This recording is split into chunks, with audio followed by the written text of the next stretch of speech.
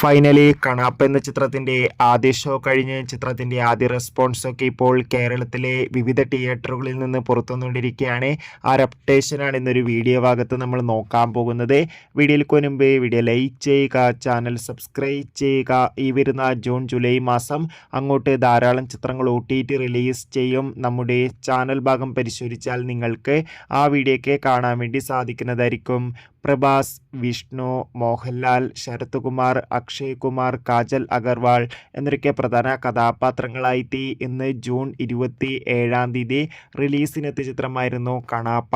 എല്ലാ സിനിമാ പ്രേമികളും ഒരേപോലെ ചിത്രത്തിൻ്റെ റിലീസിനായി കാത്തിരിക്കുകയായിരുന്നു. ഫൈനലി കണാപ്പ എന്ന ചിത്രത്തിൻ്റെ ഏറ്റവും പുതിയ റെസ്പോൺസാണ് ആരാധകർക്ക് മുന്നിൽ പുറത്തുവന്നിരിക്കുന്നത്.